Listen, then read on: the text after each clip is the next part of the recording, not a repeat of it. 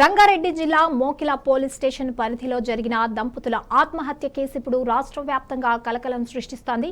ఈ ఘటనలో గుప్త నిధుల వ్యవహారం, అప్పుల బాధలు, అత్తమామల వేధింపులు ఒక సంచలనం రేపుతున్నాయి. చెందిన పద్మలు ప్రేమించి పెద్దల అంగీకారంతో ఏడాదిన్నర క్రితం పెళ్లి చేసుకున్నారు. వారికి 5 నెలల పసికందు కూడా ఉంది. మరి బాలసాయి ఫోటోగ్రాఫర్ గా పనిచేస్తూ కుటుంబాన్ని పోషించుకుంటున్నారు.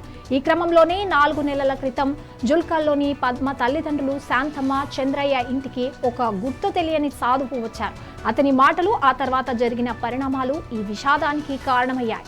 సాధువు గుప్త నిధుల ఆశ చూపడంతో బాలసాయి జీవితం అప్పుల ఊబిలో కూరుకుపోయింది.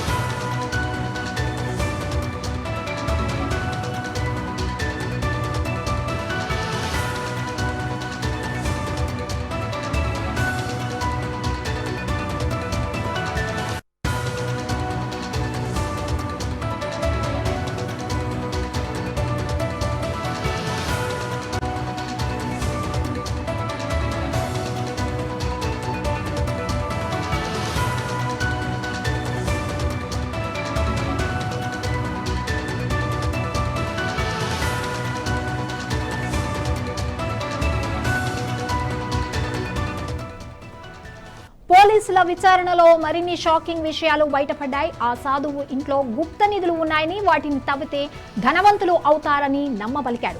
అయితే దానికి డబ్బు అవసరమని చెప్పడంతో శాంతమ్మ, చంద్రయ్య వారి పెద్ద అల్లుడు వెంకటేష్తో కలిసి బాలసాయిపై ఒత్తిడి చేశారు. ఈ ఒత్తిడి తట్టుకోలేక బాలసాయి వారికి 10 లక్షల రూపాయలు పలు దఫాలుగా ఇచ్చాడు. తన ఫోటోగ్రఫీ ఈవెంట్ల ద్వారా వచ్చిన డబ్బులు, చివరికి కెమెరాను కూడా తాకట్టు పెట్టి ఆ మొత్తాన్ని సమకూర్చాడు. కానీ తీరా అప్పు తిరిగి అడిగేసరికి అత్తమామలు, వెంకటేష్ ఇష్టం వచ్చినట్లు దూషించారని పోలీసులు తెలిపారు. తీవ్ర మనస్తాపానికి గురైన బాలసాయి, పద్మ దంపతులు చేసిన అప్పులు తీర్చే మార్గం లేక బలవన్ మరణానికి పాల్పడ్డారు. ఆదివారం రాత్రి కుటుంబ సభ్యులకు మెసేజ్ పంపి ఇంట్లోనే ఫ్యాన్కు ఉరివేసుకున్నారు.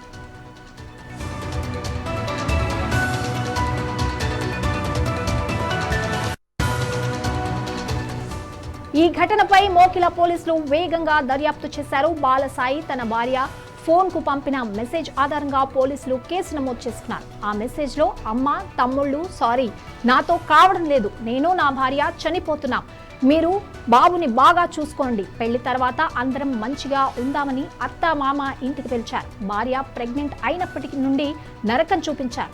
ధనవంతులు అవుతాం, అప్పులు కావాలని అడిగితే మొత్తంగా 10 లక్షలు ఇచ్చా, అడిగితే ఇష్టం వచ్చినట్టు తిడుతున్నారు.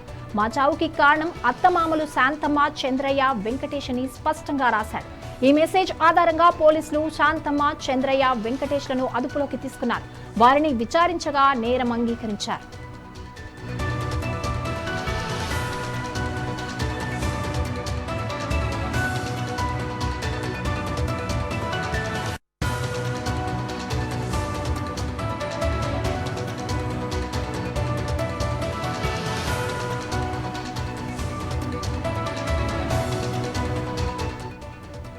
ఈ కేసులో పోలీసుల విచారణ కీలక మలుపు తిరిగింది. బాలసాయి మెసేజ్ ఆధారంగా నిందితులను పట్టుకోవడం సులువైంది. సోమవారం రోజున పోలీసులు నిందితులైన శాంతమ్మ, చంద్రయ్య, వెంకటేష్లను చేవెళ్ల కోర్టులో హాజరుపరిచారు.